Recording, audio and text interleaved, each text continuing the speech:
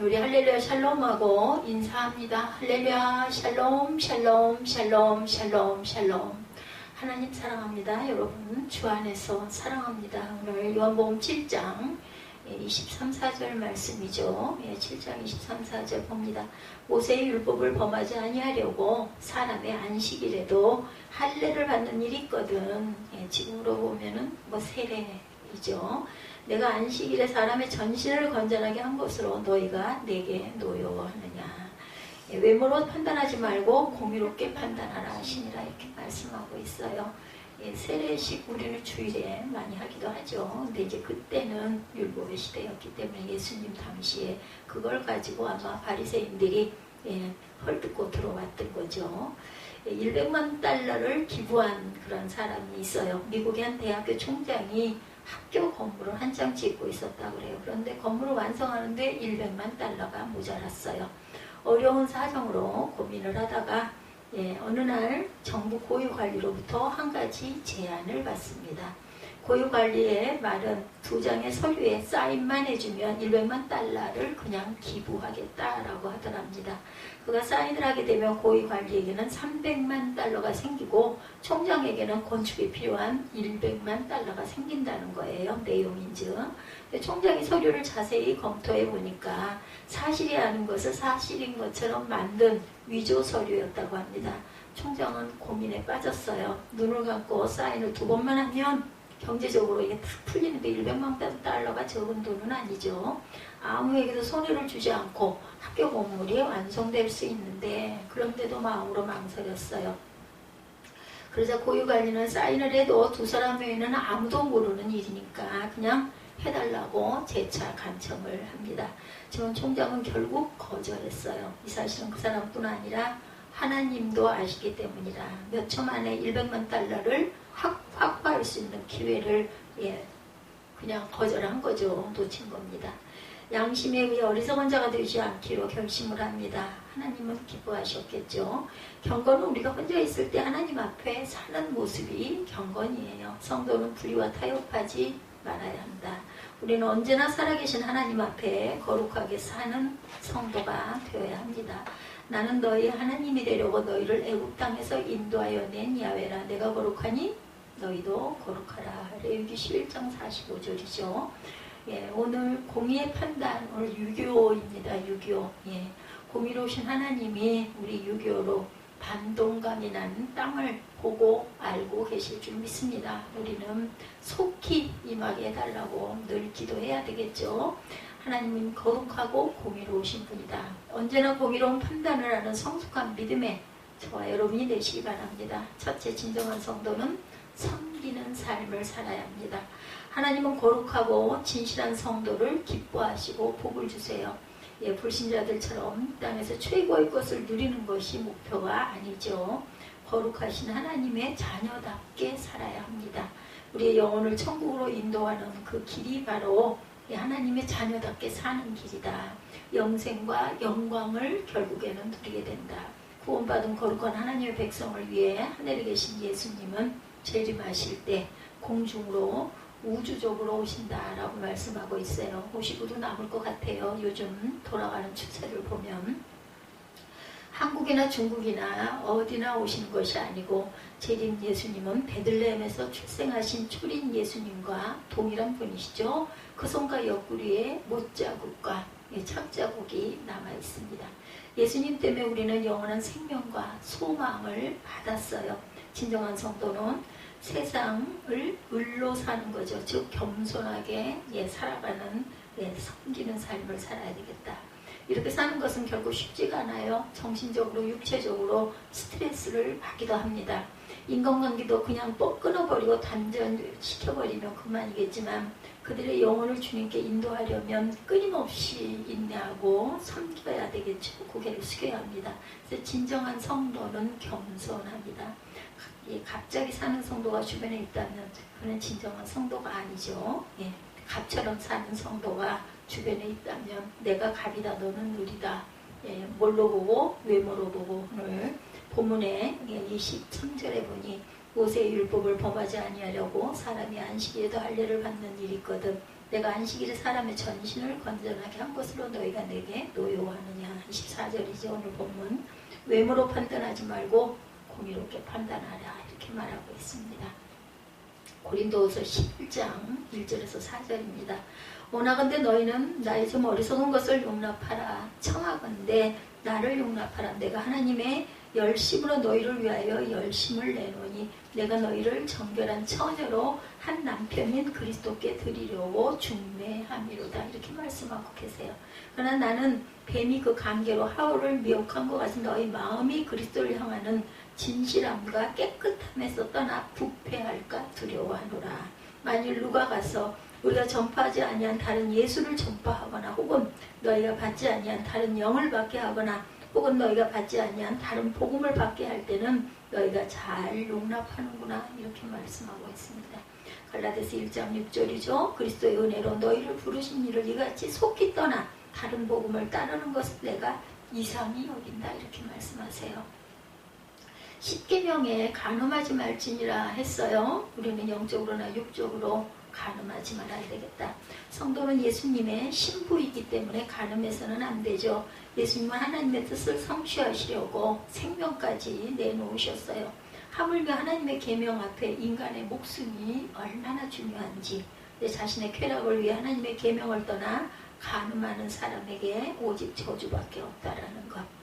한번 히브리서 6장 4절에서 8절이죠. 한번 비침을 받고 하늘의 은사를 맛보고 성령에 참여한 바 되고 하나님의 선한 말씀과 내세의 능력을 맛보고도 타락한 자들은 다시 새롭게 하여 회개하게 할 수 없나니 이는 그들이 하나님의 아들을 다시 십자가에 못 박아 드러내놓고 욕되게 합니다. 땅이 그 위에 자주 내리는 비를 흡수하여 바가는 자들이 쓰기에 합당한 채소를 내면 하나님께 복을 받고 만일 가시와 엉겅퀴를 내면 버림을 당하고 저주함에 가까워 그 마지막은 불사름이 된다라고 말씀하세요.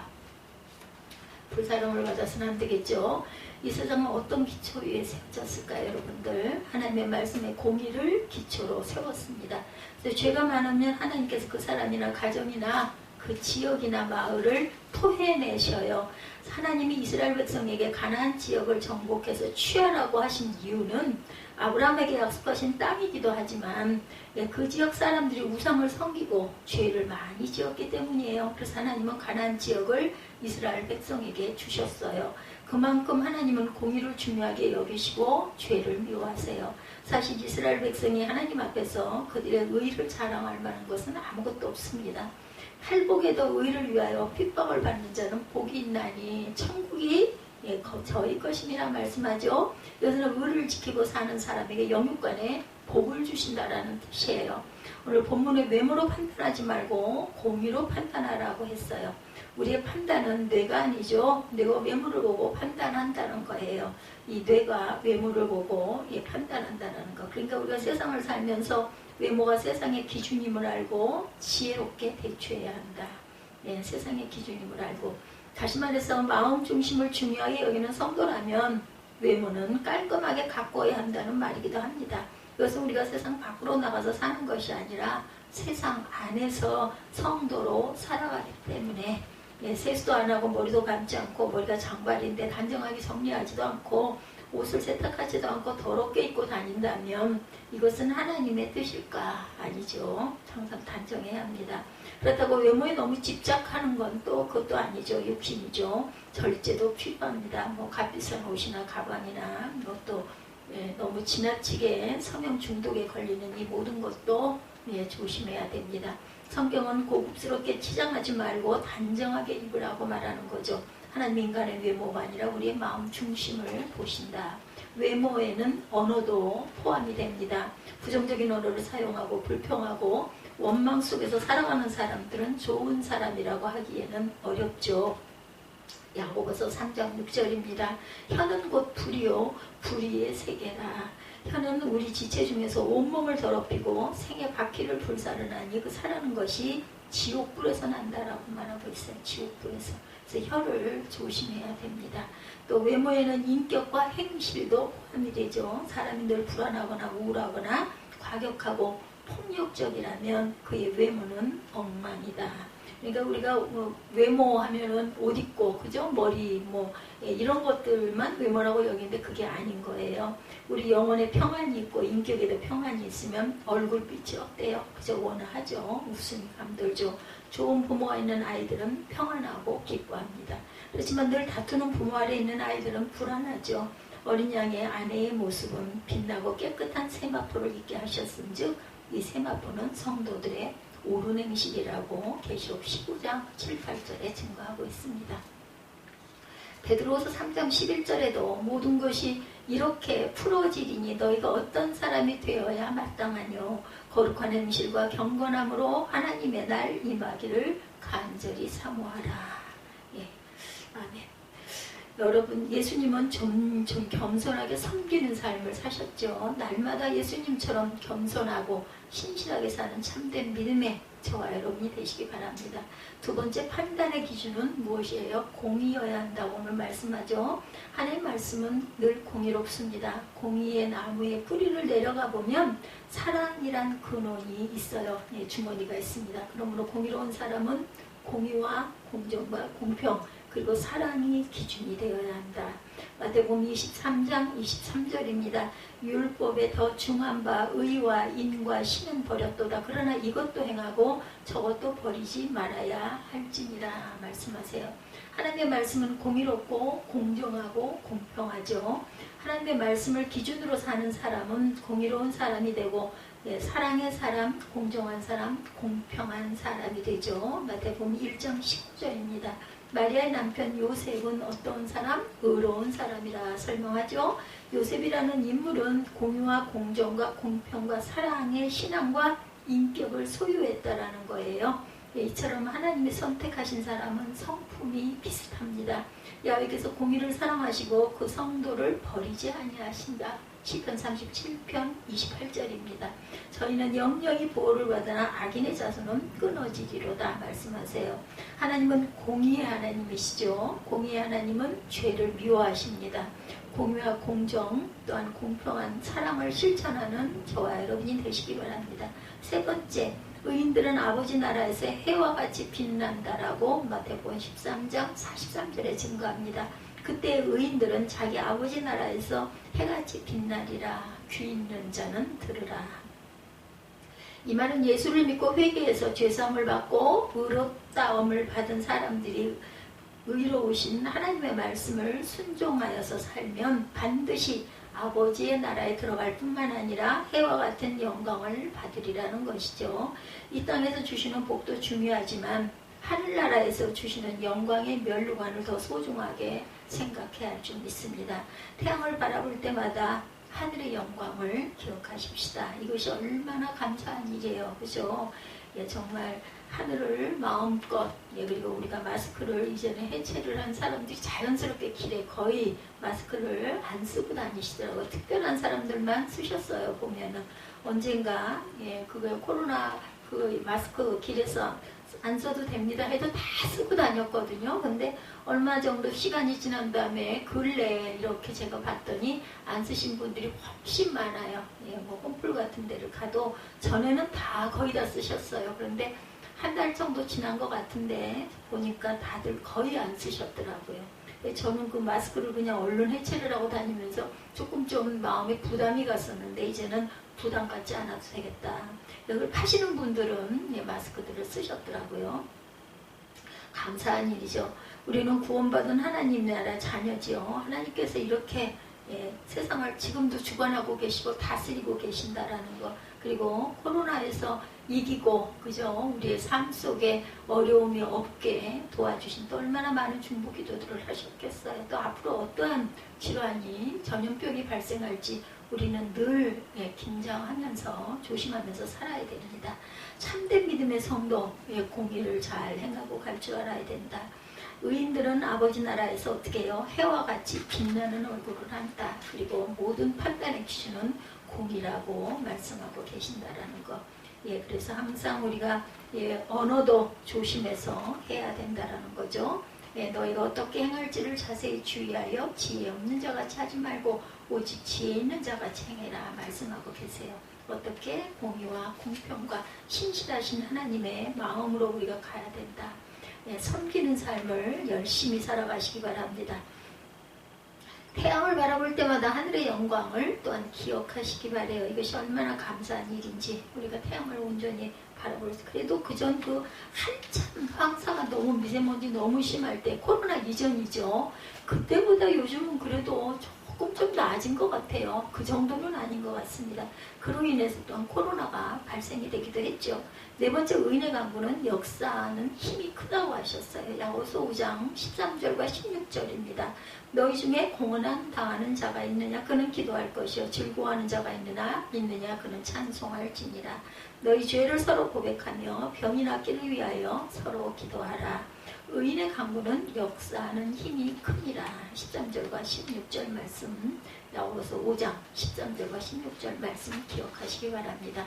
유대인들은 병을 죄의 결과로 복원했어요. 그래서 병이 있으면 죄가 있으니까 그 죄를 고백하고 용서받아 병 낫기를 기도해야 되지 않느냐 이렇게 말합니다. 이 말의 초점은 죄를 고백하는 데 있지 않고 병 낫기를 위해서 서로 기도하라에 있다라는 것. 그럼에도 불구하고 사람들은 자기의 죄를 많은 대중 앞에 자백하는 경우가 있는데 조심해야 되죠. 천주교에서는 그래서 누구에게 신부에게만 고해 성사를 하는 이런 것들이 있어요. 이것 또한 온전치가 않죠. 사람에게 고백하는 것은 사람들이 그 사람을 볼 때마다 저 사람은 저 죄를 지었지, 저 사람은 간음죄를 지었지, 저 사람은 도둑질을 했지, 저 사람은 사람을 죽였어, 이런 생각을 하게 되죠. 그걸 비워야 하는데 참 어렵습니다. 죄는 예수님께 고백하고 질병은 어떻게 해요? 서로를 위해 기도하는 게 옳죠. 의인의 강구는 역사하는 힘이 크다. 야고보서 5장 16절. 누가 의인일까요? 예수를 믿고 믿음으로 순종하는 사람을 말합니다. 믿음의 강구는 신유를 경험할 수 있다라는 의미예요. 하나님이 역사하시는 능력은 작지 않습니다. 기도해야 별거 없어라는 마귀의 귀신들의 속임수에 속지 말고, 우리가 엘리야도 아니고 어떻게 엘리야 같은 믿음을 가질 수가 있겠어요, 그죠? 생각하지 말고, 엘리야는 우리와 성정이 같은 사람이라고 했어요. 똑같은 사람이에요. 엘리야의 기도를 들어주신 하나님은 우리 기도도 듣고 계신다라는 것. 하나님은 믿음의 기도로 기뻐하시고 항상 응답해 주세요. 기브온 전투에서도 그랬죠. 여호수아가 이끄는 이스라엘 군대에게 가나안 지역의 기브온 성이 항복하고 파친하자 가나안 5 왕들이 이끄는 군대가 연합하여 기브온을 공격하러 오죠. 그러자 기브온과 평화 조약을 맺은 이스라엘 군대가 그들을 모두 물리칩니다. 이때 여호수아가 태양아 머물러라, 달아 머물러라고 외치 하루 종일 해와 달이 지지 않았다. 예, 성경에 기록되어 있죠. 예, 히스기야가 병들을 죽게 되니까 통곡하며 하나님께 부르짖어 기도했어요. 그죠? 그랬더니 열왕기하 20장 1절에서 11절에 보면 하나님께서 내가 내 기도를 들었고 내 눈물을 보았노라. 내가 내 날을 5년을 15년을 더할 것이라 해서 15년을 더 길게 살았죠. 결과가 좋지는 않았습니다.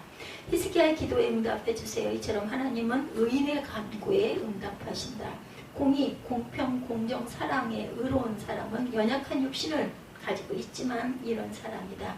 첫째, 하나님의 말씀을 믿는 믿음의 사람이고, 둘째, 하나님의 말씀을 믿고 실천하는 사람이고, 세 번째, 하나님께 기도하고 응답받는 사람이 바로 공의의 사람, 예, 하나님을 사랑하는 사랑의 사람이다. 예, 부모는 될 수 있으면 사랑하는 자녀들의 요구를 들어주려고 하죠. 하나님께 간구하고 응답받는 복된 저와 여러분이 되시기 바랍니다. 하나님은 공의의 하나님이시고, 그래서 하나님은 인간을 사랑하시지만 인간의 죄는 미워하신다라는 것. 하나님은 인간의 죄를 사하시려고 세상에 예수님을 보내셨죠. 그리고 예수님의 십자가 죽음과 부활을 믿는 사람은 누구나 구원을 받아요. 예수님은 인류의 구원자이십니다. 죄 가운데 태어난 인간은 예수를 꼭 믿어야 된다. 그런데 공중번제 잡은 마귀의 지배 아래 인간은 죄악의 홍수에 떠밀려 다니고 또한 그렇게 살고 있어요. 안타까운 현실이죠. 그러니까 어디에 살아요? 예, 죄 속에, 악 속에 우리가 살고 있기 때문에 공고합니다. 그러나 구원받은 성도는 그래도 승리하고 이기죠. 날마다 순간마다 깨어서 기도하며 하나님 말씀으로 무장하고 거룩하고 공의로운 삶을 살아내시는 저와 여러분이 되셔서 항상 공의를 판단하는 성령 충만한 저와 여러분들이 되시기를 주님의 이름으로 축복합니다.